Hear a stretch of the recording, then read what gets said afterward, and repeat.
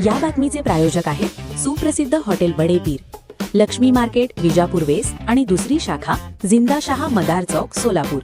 आसरा पुलाजवळ रेल्वे रुळाखाली गेलेल्या मुख्य जलवाहिनीला गळती लागल्यामुळे महापालिकेकडून तातडीने दुरुस्तीचे काम हाती घेण्यात येणार आहे।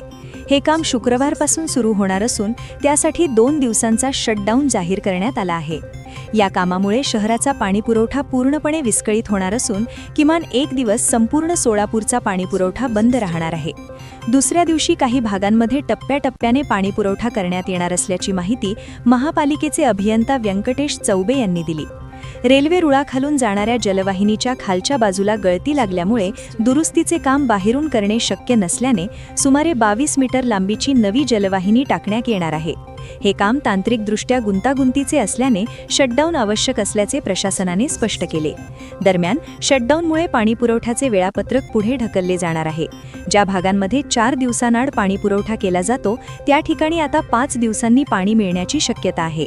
महापालिकेकडून सुधारित वेळापत्रक दुरुस्तीच्या दिवशी जाहीर करण्यात येणार आहे।